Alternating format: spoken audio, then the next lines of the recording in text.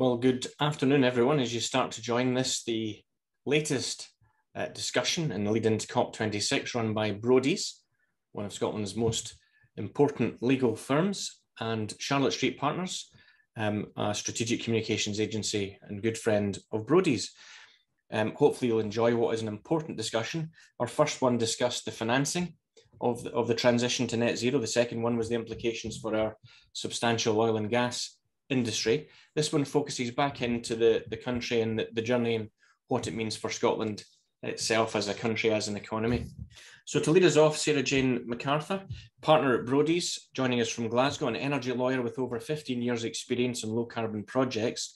She's contributed to the successful delivery of many renewable energy projects, including wind farms on and offshore, hydro schemes, tidal energy and renewable heat.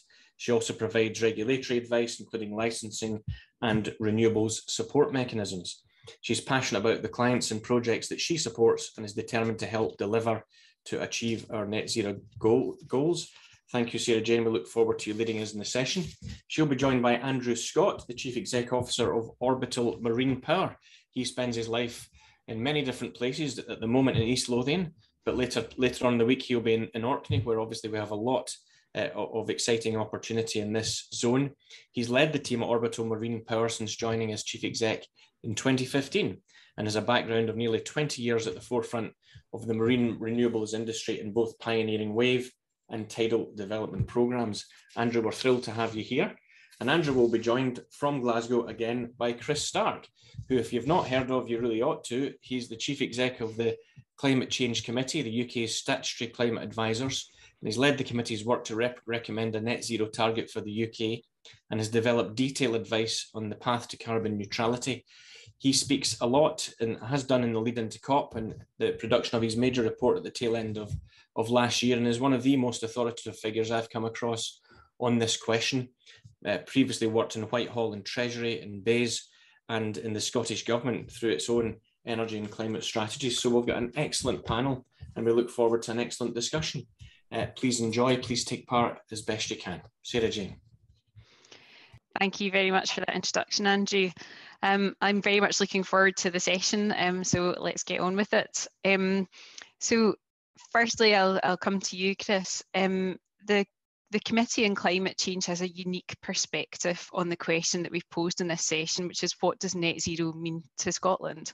Because obviously you report to the UK government on a combined basis and separately to each of the devolved administrations. So what do you think are the unique challenges facing Scotland in the journey to net zero, and what do you think are the opportunities for Scotland to capitalise on? Thanks, Sarah-Jane. That's a nice, easy one to begin with. I mean, there's so much to say about this. I think the first thing to say in terms of the unique challenges facing Scotland is that the Parliament in Scotland has decided to go beyond the advice that we've offered.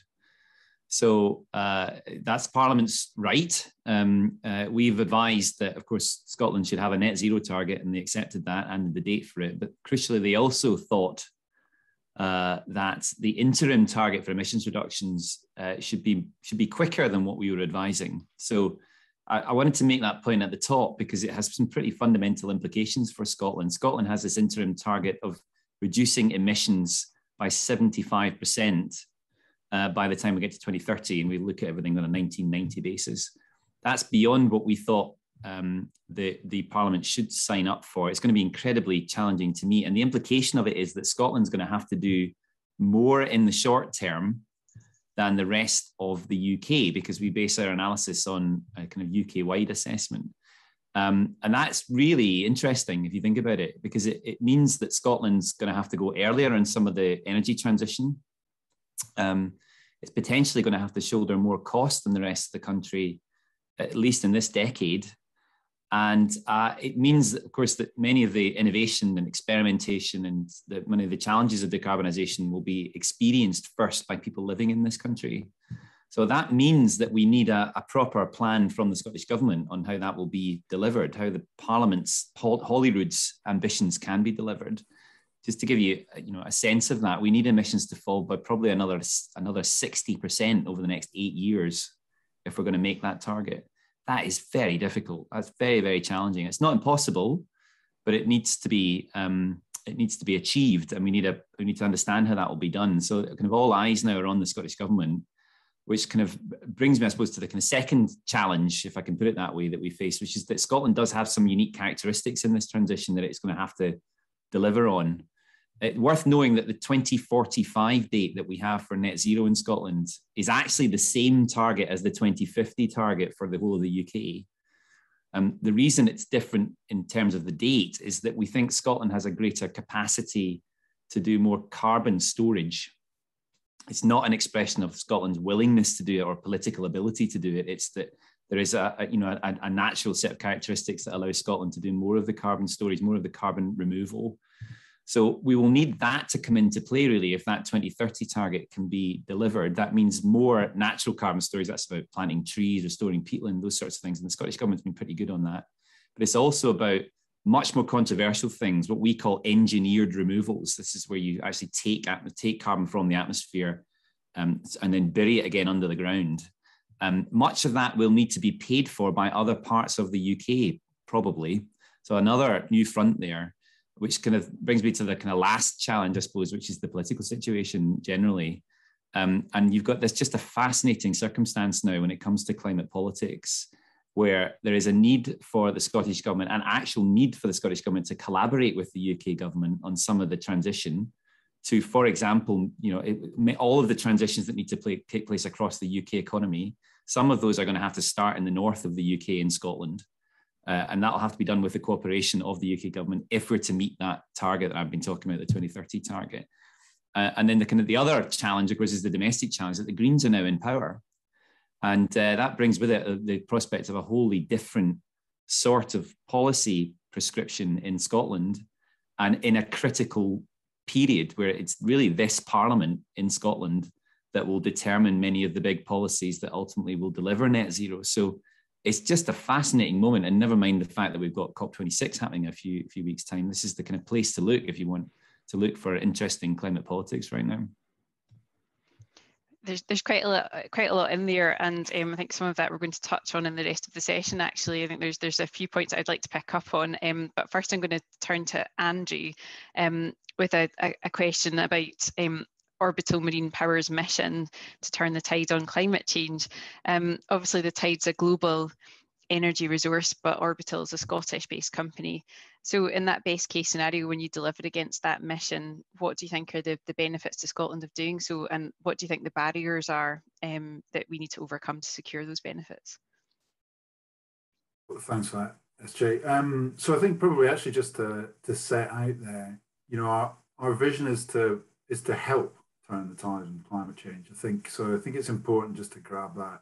We'll maybe circle back on this. As tidal stream energy is on a global space is probably fairly modest, would be considered modest. But we do think that there's an ability to generate a viable and an interesting business proposition there in terms of, what we see that offering as an opportunity. Scotland is blessed with some very strong tidal stream currents.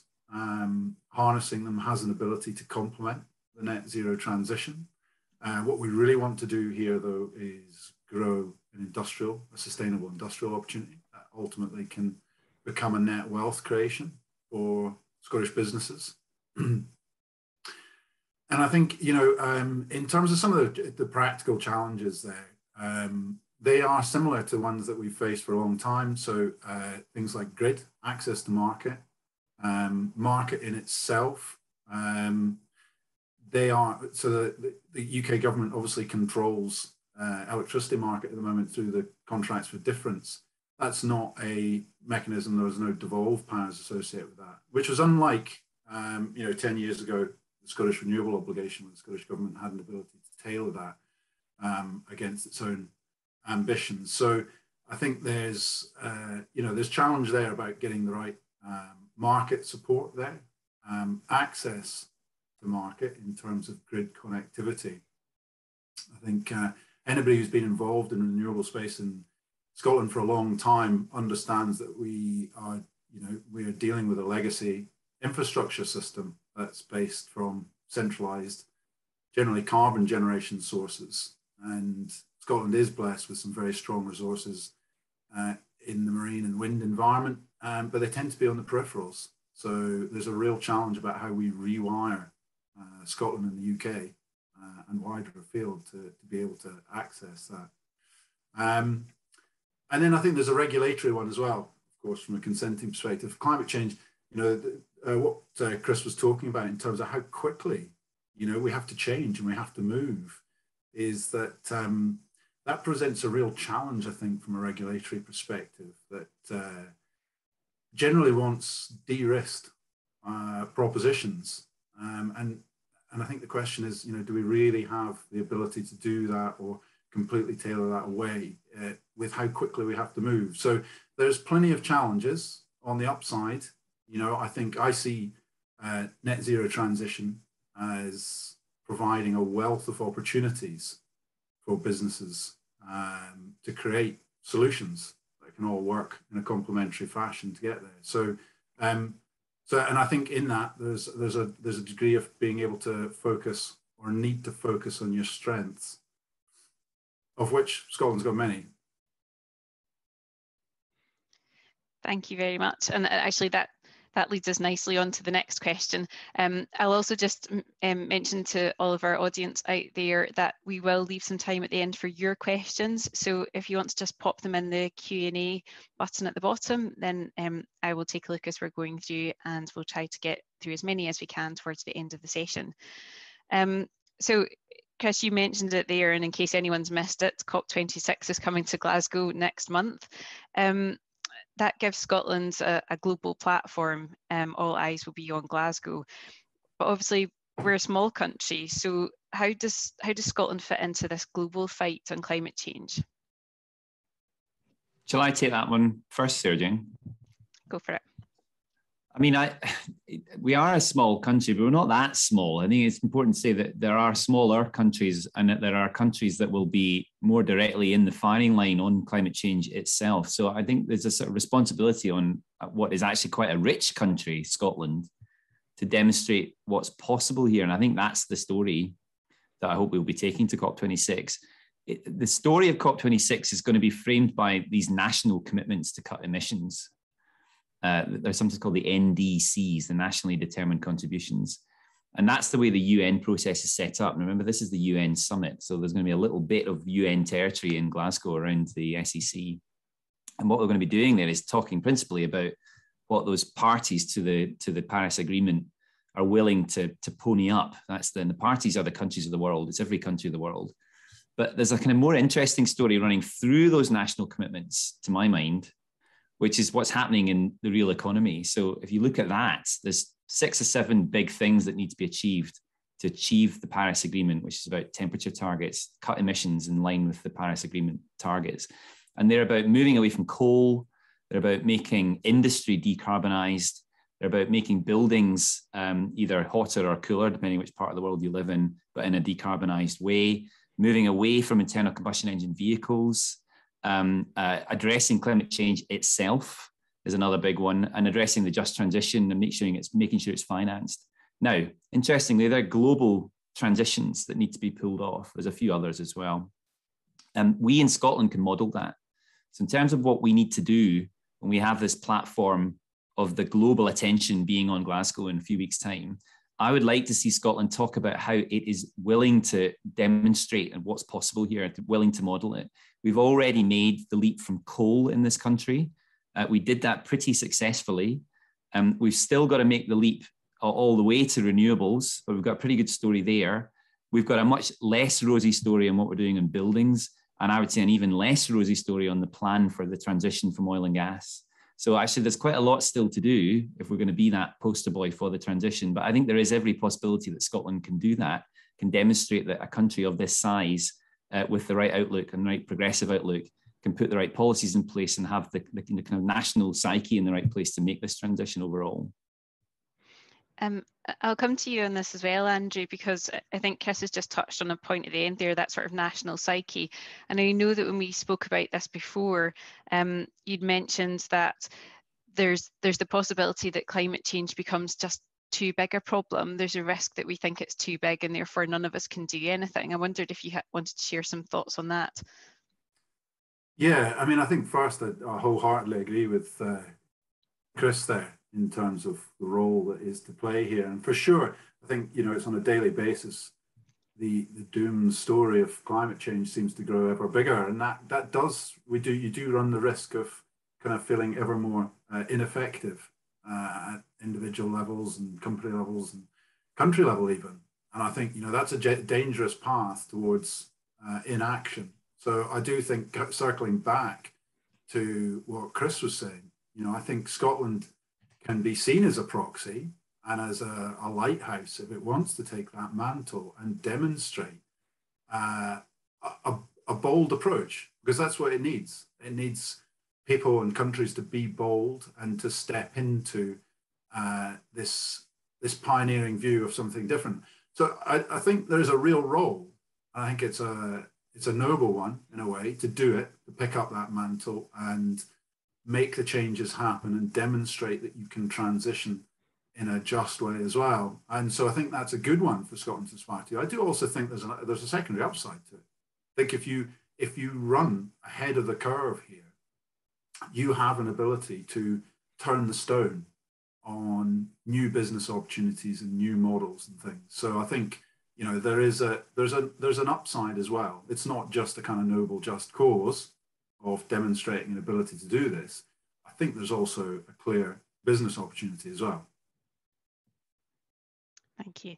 It's interesting actually, because we've done quite a lot of colleague engagement within our own business about the challenges of climate change.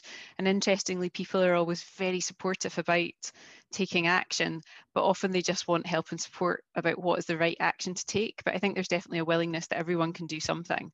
And perhaps that's the view we should be taking for across our businesses and across our politics.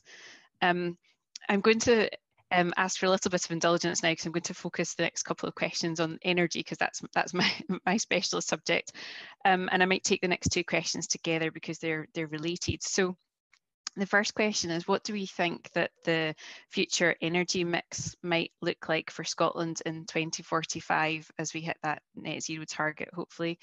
And following on from that, related to it, we know that Scotland has plenty of intermittent renewable sources of energy, and how do we think Scotland might source the backup capacity required to power our grids when the wind isn't blowing and the sun isn't shining?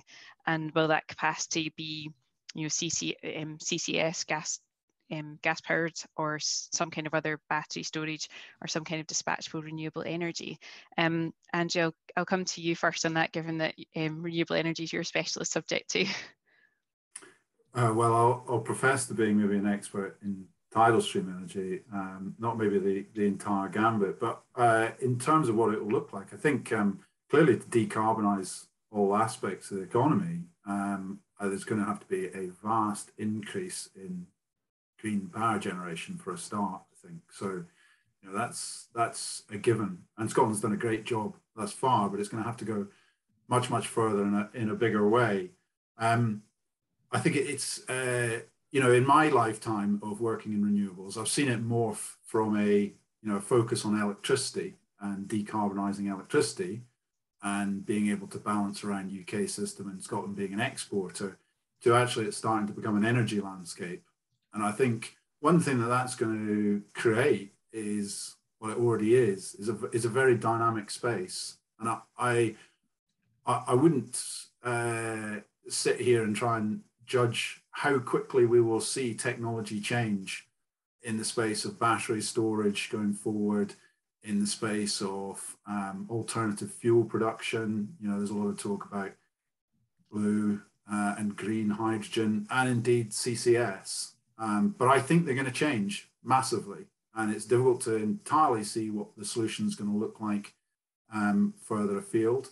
And that's just on I guess, the power generation side of things. I think the other part of the equation is, of course, demand side. And I think, you know, innovation will be as much on that demand side and behavior. So I think it's very, very difficult to see what it will look like exactly, other than I'm certain it's going to have a lot more green power generation. Chris, do you want to come in on that as well? Yeah, I mean, I can tell you what our modelling suggests. I mean, what we've tried to look at is several different ways to achieve net zero across the UK and in Scotland as well. And actually, the characteristics are similar in Scotland as they are for the rest of the UK. But I can talk in the round about that. I mean, there are lots of different ways to get to net zero. So, I mean, the short answer to your question, Sarah-Jane, is I have no idea what the energy mix will look like in 2045, but I'm sure it needs to be zero carbon. When you look at the modelling we've done, the kind of central pathway that we use to give the advice to governments across the UK is what we call our balanced pathway. We try and make judgments in each sector of the economy what we think is reasonable and balanced, to clues in the name, for the changes ahead. That gives you, by the time you get to the kind of middle of the century, our consumption of natural gas falls by at least 75%. Oil is down 85%. Really, the only thing that's left is jet fuel. That's the only petroleum that we're using. But the big change is in kind of two areas. First is obviously the electricity system. So we're doubling the size of the electricity system. It becomes really the basis of the whole energy system. That's a more efficient energy system. So you don't need to have quite as much energy output as we have today, but it's still enormous. So 80% of that electricity, at least, we think would be supplied by renewables, most of that offshore wind. That is variable rather than intermittent. I like to make that distinction because actually we can predict with a great deal of certainty when it will be there. There is an extra cost to having a system that is variable, but actually it's quite manageable. So you need something alongside that allows you to generate electricity, as you say, when the wind doesn't blow, which happens very infrequently, over long periods at least. The Prime Minister's commitment yesterday is huge. It's an absolute game changer. Now, that is one of the central pieces of advice we gave to the Prime Minister in December last year, and I'm delighted he's accepted it. He has said that by 2035, we will have a zero carbon electricity system. And that will be a system that is on the way to being the majority renewables, but it will need to be backed up by something else, which is zero carbon flexible electricity generation, either through hydrogen or through natural gas with carbon capture and storage. That can be done. We need something alongside that, though, which is hydrogen itself. So that's the sort of secret sauce that makes it work. There are some applications where electrifying will not deliver and hydrogen does. So we need a hydrogen supply for that. Our view of that is that you can move from what we call blue hydrogen, which is when you take natural gas, turn it into hydrogen, capture the carbon. Controversial process, but lots of potential to do that, particularly in Scotland. But potentially move from that towards what we call green hydrogen, especially if you build out your renewables system. So there'll be points by mid-century, lots of periods in the year, over the year, when you've got excess generation that you can use then to generate hydrogen. The real secret in this, if you want a decarbonised energy system that's also a cheap energy system, just as Andrew says, the real secret is in building flexible demand for electricity alongside all that new supply. And that's about using the electric cars that we'll have for transport, the electric transport more generally. It's also about the heat pumps that we'll be using extensively across the country to heat homes instead of gas boilers, and being innovative, I suppose, about how we use those devices so that we're using the electricity that's being produced when it's available and when it's cheap. So that's when the wind's blowing or when the sun is shining. And we can do that. The last part in that story is about the tariff innovation, the kind of consumer experience. And there's loads still to do here, but you can imagine a world in the future when we might have electricity as the basis of not only the power that we use in our homes today, but also our transport needs and our heat needs as well. And you can imagine a world where actually that looks more and more like a subscription tariff. You know, you subscribe to your electricity tariff, and on behalf and in return, a lot of the management of the system, your day-to-day energy system in your home is done somewhere else. It's done for you to be cheap. So when you plug your car in at night after work, at some point over the evening, it will begin charging. It may even discharge and put electricity back into the grid. But crucially, it'll do so in a way that benefits the overall energy system and keep the whole thing cheap. Now, there's so much to do here. It's quite exciting to think about that. But that idea of the kind of energy mix and the change that's coming is really upon us now. And it's exciting to think about all of that, I think. It does. It makes your head hurt a little bit, but it is very exciting. I think I wanted to sort of move on very slightly from energy specifically, but you picked up this, I think, at the outset, Chris.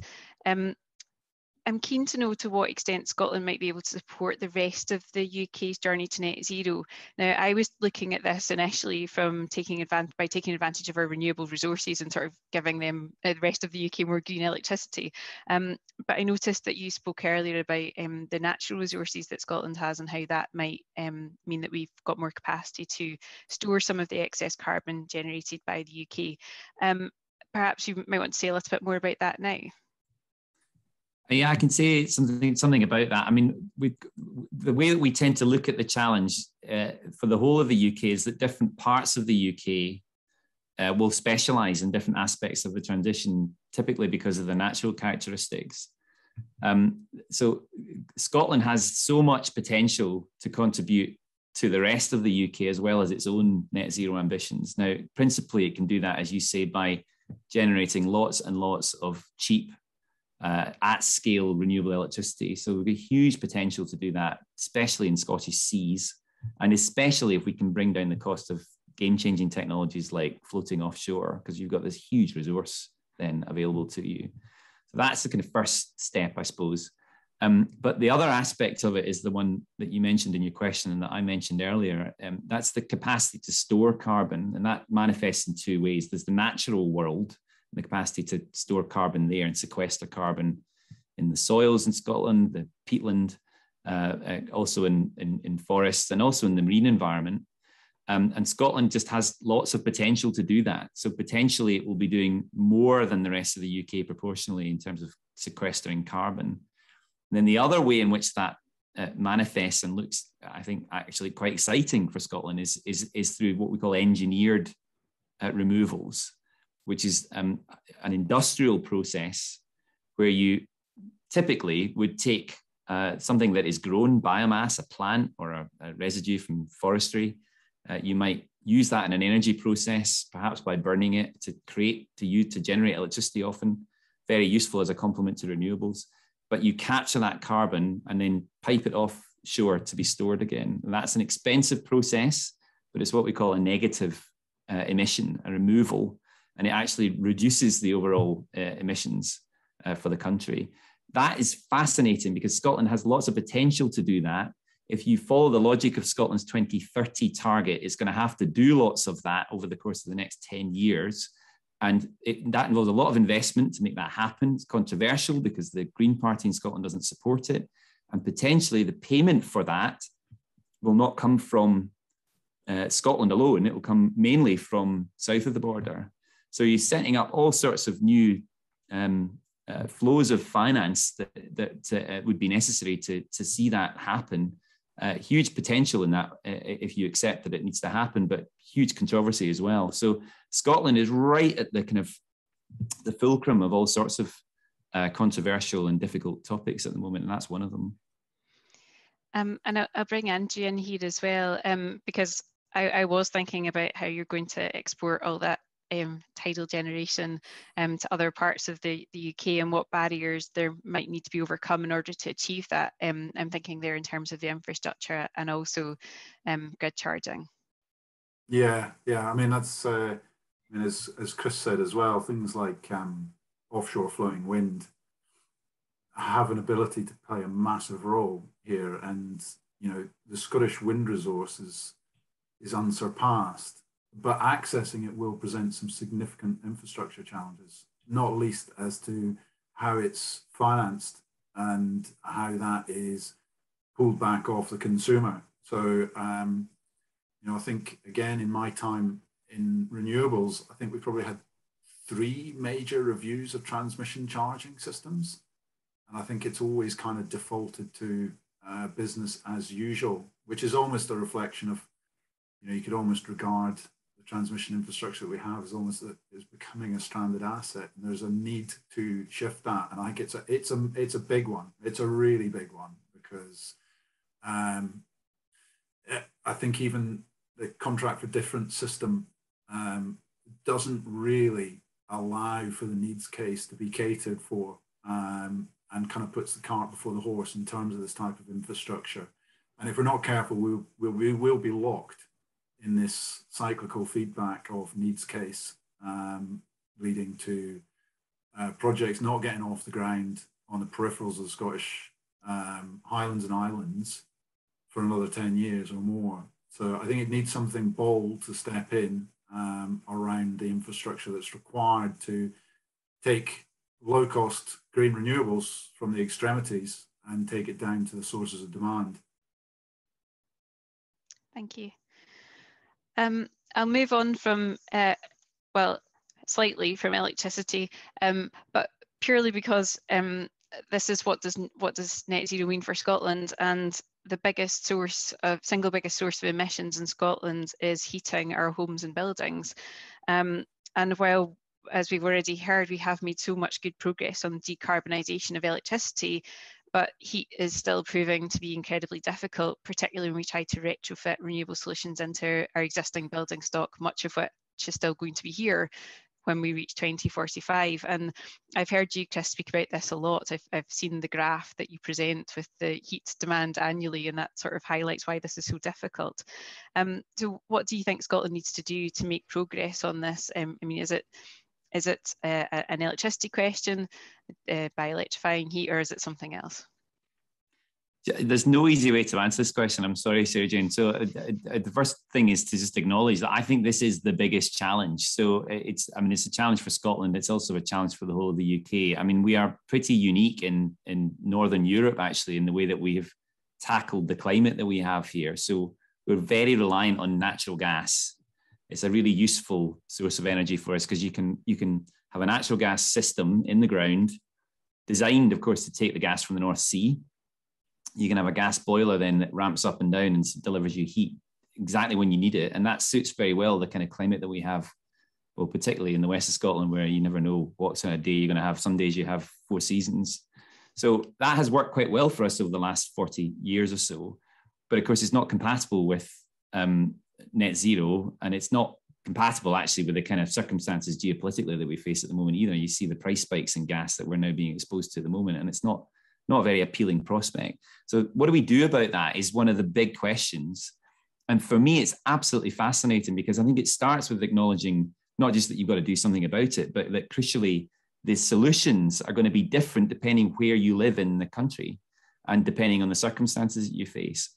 And I'm afraid national governments, be they at the level of Scotland or at the level of the whole of the UK, are terrible at managing these local or regional questions properly. And allowing the discussion to take place about what the right solution might be. Now, if you live in Aberdeen and at the end of the road, you work in an industry that's producing hydrogen, it might well be that you as a community of people would like to see a hydrogen boiler installed in your home, even if it costs a bit more, because actually your job depends upon it. I think that's fine. That's going to be very different, I suspect, from the city I live in, Glasgow, where actually the solution for decarbonising buildings should depend on the characteristics of the city. So I live in a very nice, but nonetheless impossible to heat old tenement building. Actually, the best solution for me is probably district heating, like the likes of which that you find on the continent. A friend, but also a colleague and someone who's done really well in industry in this city is Dave Pearson, who makes these heat pumps that you can submerge in water to take the heat from water sources. Now, we've got a big water source running through this city. We could conceivably heat the whole of Glasgow from the Clyde. So that is a pretty good solution because it means that we are not having to install on grand old buildings like the one I live in heat pumps, which look a bit like air conditioning units, and instead can have, I think, probably a better solution than the gas boiler that I have at the moment. But we need to embrace the idea that a lot of change is needed. And the final thing I'll say on this is that we obsess about technologies in this, the question of whether it's a heat pump, be that ground sourced or air sourced, or whether we have district heating or whether it's a hydrogen boiler. That's all very interesting. But actually the bigger challenge is actually just making these buildings less drafty, better insulated, better and fit for purpose for the people who live in them. And that is a huge infrastructure challenge. I think we should think of it that way. I'm afraid it involves spending money if you are in government, and putting that money towards that challenge overall over the next decade is absolutely critical, because if we make homes more energy efficient, the challenge of decarbonising them becomes a lot smaller. And if we wrap into that programme, not just improving the insulation of those homes, but also installing low carbon heat technologies at the same time, then we minimise the disruption of this overall process. And I think people are up for that. What I don't think they're up for is an enduring kind of 20-year programme where it's uncertain what we will end up with at the end, and where there's a lot of disruption and a lot of buggeration, if I can put it that way, along the way, and a lot of uncertainty for people. So this is the moment to make that kind of national programme stick, and to accept that there is a cost to it, and we're going to need to protect especially vulnerable people, consumers, from those costs along the way. Again, I'm quite excited about that, because if you view it as that sort of national mission, as we did in the 70s with the natural gas switchover, then we'll get serious about it. You know, we can actually maybe feel a bit of pride about it, going back to that other thing about the national psyche. Yeah, but hopefully the heat network delivery strategy will be out for consultation later this year, fingers crossed, and we can get behind that. I do want to pick up on the consumption reduction and energy efficiency point, but first, Andrew, if I could come to you on that question, because I know around the decarbonisation of heat, because I know that you touched earlier on that sort of much wider energy mix and how we can integrate electricity with heat and transport. Yeah, I mean, I think that's straightforward. And a lot of the things that we talk about, you know, we've got the technologies to hand already. They'll get better, things like heat pumps and things like that. And they're just fantastic pieces of technology to use. And we should be using them in as many places as we can and so forth. I think, so I'm not, and, you know, obviously the electrification of it is just going to increase demand for, you know, electricity, which if you're on the clean generation side of things, that's a good thing. I think my own personal comment on this would be I think, you know, the heating part of this challenge is the one that's closest to kind of something that runs hand in hand with the transition, which is inequality on wealth and things like that. And I think, you know, it's important as we decarbonize that we take everybody along with us. It's, you know, it's often the people that can least afford it that live in the most drafty, carbon intensive building stock. So we need to address and understand how we take everybody along on this journey. We as a company are headquartered in Orkney, and Orkney is a kind of little case example of the rest of the world in Scotland. And it's actually been generating over 100% of its electricity from renewables for over a decade. And it's very interesting, some of the projects that are involved up there. And we've been working on one where we've been putting some electricity from the tidal turbine through an electrolyzer and generating hydrogen to try and decarbonize parts of the inter-island ferry services and things like that. And Orkney's got a really high penetration of electric vehicles and actually air source heat pumps as well, because it doesn't have mains gas and things. But it also has very high levels of fuel poverty. So I think, you know, the whole heat problem is one that is very close to a levelling up agenda here in terms of making sure that we take everybody along on this journey in a just way. Thanks, Andrew. I will deviate then from my planned questions slightly, because there's a good question in the been asked from the audience here on you know, we've had a discussion so far about cutting emissions and carbon sequestration, but the audience are keen to hear on the panel's views on the need to cut consumption if net zero is to be achieved, and the tension between that and an economy that's built largely on consumerism. Chris, I'm probably going to direct that one to you first. Well, I mean, the premise of that question is right. I mean, I suppose there's two aspects to that as I'm listening to it. The first is the straightforward need, just looking at within our territorial borders. The straightforward need, if we're going to meet the targets that have been set by parliaments in Scotland and in London, we are going to need to cut demand and consumption quite considerably. It's a really essential component of the transition. I mean, as I mentioned earlier, it makes the whole transition to zero carbon easier, of course, but it also makes it cheaper. So in the work that we've done, building these pathways that I've talked about to full decarbonisation, it plays a huge role in the short term. So cutting our demand for high carbon goods and services and being more energy and resource efficient is the sort of bedrock really of the whole plan. And interestingly, it's the one that has been least touched, I would suggest, by policy. So governments through the ages have decided that energy efficiency is a good idea, but they've never really been successful in achieving it. The one bit of government that has been is the EU. So they've put really strong regulations into place over products that have meant that, you know, the tellies we use, the fridges that we use now, even the cars that we drive are much, much more energy efficient. There's still a lot more of that to go, but we are actually going to have to get into more difficult issues of changing lifestyle and behaviors, I suspect. So that's kind of one aspect of the consumption challenge. Is you know, cutting our use of energy in the round. The other one is the more difficult one, actually, in terms of the data, and no less controversial, and that's looking at our overall carbon footprint, which is bigger than the emissions that we are responsible for within our territorial borders. That might add maybe an extra 50% to our total global emissions if you look at it on that basis, and we've got to bring them down too. And that opens up really interesting challenge of whether we might, for example, use trade policies, whether we might have you know, common sets of standards for goods that we produce here in Scotland and goods that we import. So that would be an interesting question that we're hearing more and more about, things like carbon border adjustments, which is effectively a carbon tax at the border for goods that are imported so that we properly reflect the carbon content. That's an issue we weren't talking about even a couple of years ago. But we are going to have to bring them down. But just to end on maybe a kind of more positive note on all of this, if we follow the kind of trajectory globally that we'll need to hit the Paris Agreement targets, then by the time Scotland is reaching net zero, we'll probably have dealt with at least 90% of our total consumption footprint. And that's because other countries in the world will be following the same trajectory, albeit slightly slower, I suspect, than Scotland and the UK. So it means that the consumption challenge gets less over time. And that is more or less what the UN would like to see happen through the process, that each country takes proper ownership of its production emissions. But this kind of messy business of thinking about trade and amongst that is, I think, the new dynamic. Andrew, do you want to add anything on that question?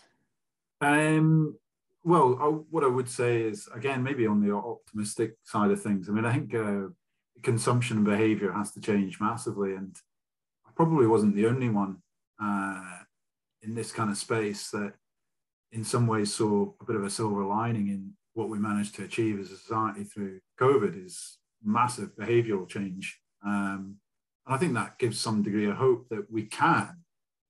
Possibly tainting that slightly is how quickly we seem to be reverting back to a bit of a business as usual. I was a little bit dismayed to be asked on a first business trip to, you know, fly over to Europe for a kind of one day's meeting. And I just thought, have we not taken a lesson here that A, we shouldn't be doing this, and B, we've got technologies that allow us not to have to do this. So I think there's both a positive side to that, but also, you know, I think we need to be very careful not to revert back to business as usual in these sorts of situations.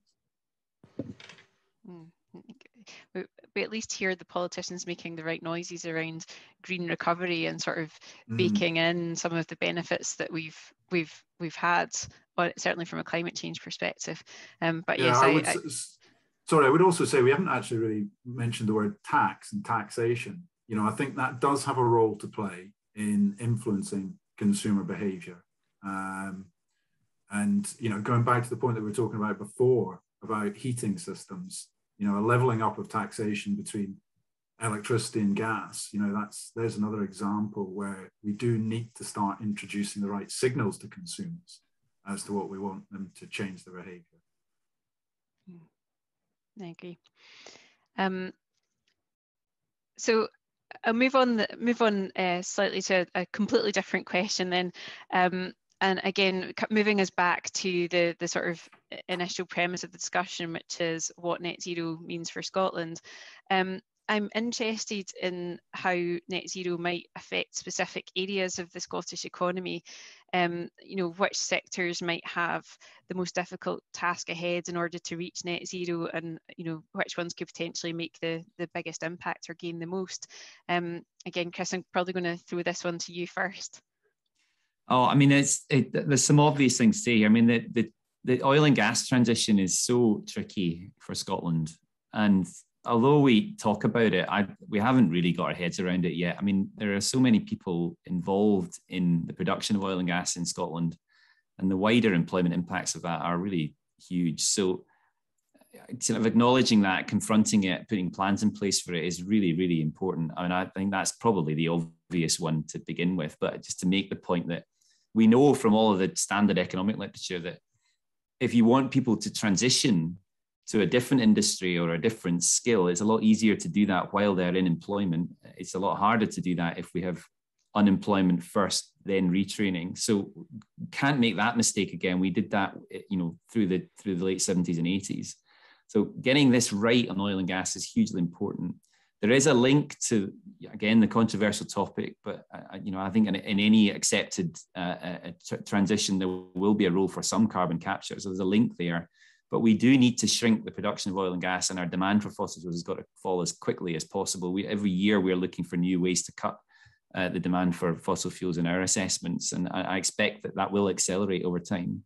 The link here is also to, I think, one of the particular challenges for Scotland, which is the concentrated employment, not just in Aberdeen, but also in Grangemouth. So refining and processing, that's a particular challenge for Scotland. So supporting a very big and aggressive commercial operator, INEOS, in its plans to decarbonise, if indeed it has those plans, is going to be a big political challenge as much as a commercial one. There are, though, some big opportunities here for Scotland, and I don't think we should move away from that language of opportunity here. Hydrogen is a really big, great new hope. I hope we can learn a bit from the renewables transition in Scotland. Clearly, we didn't capture as much of the industrial benefit from renewables as we might have liked to, although I would argue we've still got a lot of the high value stuff in the value chain of renewables here. But we could do better, I suppose, on hydrogen, knowing that it's probably going to be an industrial play principally. So getting that right. And then there's, I think, maybe the more straightforward stuff, that the challenge we talked about earlier of decarbonising homes. We looked at the numbers and the job numbers across the UK. It's 200,000 to 300,000 new jobs in that sector. These are the kind of jobs, the installer jobs, that we will need in every part of the country. So just scale that down. That's about 20,000 new jobs in Scotland alone. And the crucial thing with that transition is it's in every part of the economy. It's in every geographical location, and therefore it should be something that you can actually build local supply chains for. So that's quite exciting.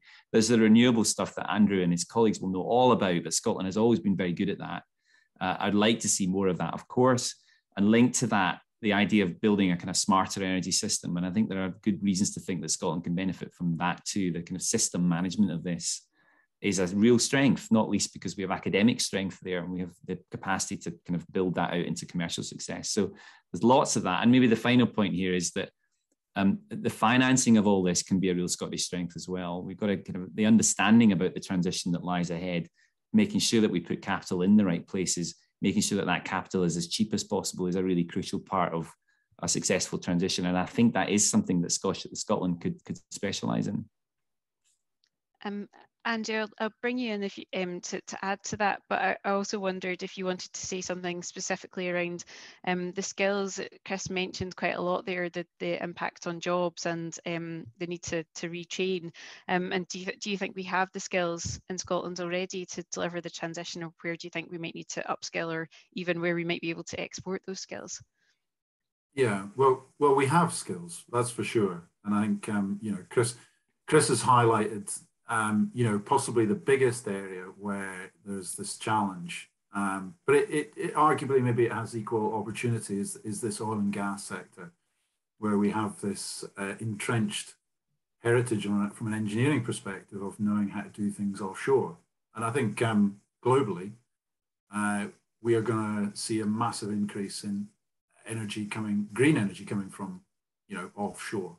So there is an ability, I think, to repurpose existing skills and capabilities. So hence why I think there's so much excitement and interest in the direction of travel with offshore wind and floating offshore wind, is there is an industrial capability and know-how. So it's, and I think, you know, that's a little bit what I started with. I think a comment that I made was, you know, us understanding, you know, doing a bit of a gap analysis and understanding where our strengths are and trying to play to them. So, you know, yes, there is a big challenge with trying to transition, specifically the northeast to Scotland, that's heavily reliant on oil and gas, and trying to find the diversification, the logical diversification places that are the easiest retraining, reskilling for a new application, but in an industrial, but in a sustainable industry. So I think that's, I'd agree with Chris, is that's kind of where your focus and attention is taken. Beyond that, to my mind, again, I think we have got, you know, a skilled workforce, and we've got interesting academic capabilities that we are pushing at the forefront of all these challenges, which creates opportunities in terms of things like system management and so forth. So I am the optimist. So I see that there's an ability to transition and pull people along on this and avoid, as Chris has highlighted, is, you know, that place where people lose their jobs in thousands. Thanks, Andrew. I am conscious of time, and we absolutely promised to finish on time.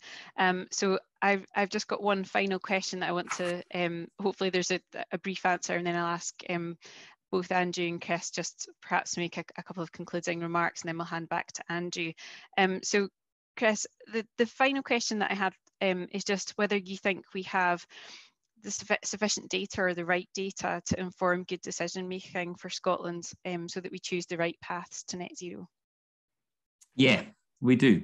I mean, the challenge for Scotland is that we do have a large part of the account of greenhouse gas emissions, and the inventory is related to the natural world, and the science changes on that.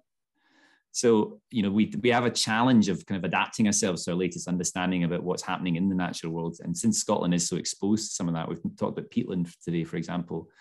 Blue carbon is another one. Then, you know, there is a need to adapt to that. But beyond that, in this country, the UK, we have the best statistics, the best evidence. I would like it to be slightly more timely. If I can have more timely information than Scottish statistics, that would allow me to kind of keep pace with the change in policy that needs to come with it. But broadly, we kind of know what we need to know now.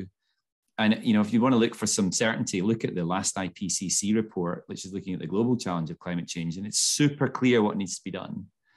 You know, this challenge of net zero is not a slogan. Well, it has become a slogan, actually, but it's really a scientific goal.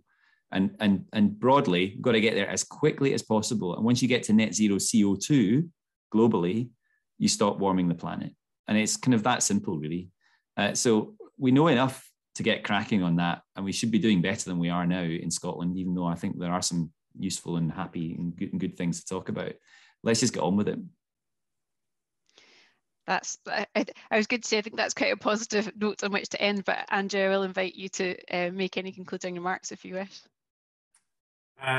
No, I think that sums up. You know, we can always do better, and we should try and inject a degree of excitement here. That's some of the things that I try and do. Yeah. Remain optimistic, is that, you know, because if it goes the other direction, we lose the battle here. There should be excitement here that we've got new future to create, and it can be one that is sustainable and takes people along in a just way, and that's a whole lot better thing to be passing on to our future generations. So I stay excited about the opportunities that lie ahead of that net zero transition. Thanks very much. Andrew, I will hand back to you. Well, thank you very much, everyone. Thanks to the panel, Andrew, Chris, and of course yourself, Sarah-Jane. That was an impeccably handled best part of an hour. We give enough time for us all to go off. Thanks to everyone who took part and joined on the phone or online. Thank you for your questions. Next up, tomorrow, in fact, we've got an event on business preparation for COP, focusing about in and around the security risks, with Alan Burnett of Security Group, a former counter-terrorism coordinator for Scotland. That will be interesting and important because we do worry about the extent to which life will be disrupted, not least with the inevitable ScotRail strike. On the 27th, we'll have an event on investing in Scotland's natural economy, and that's one to look forward to.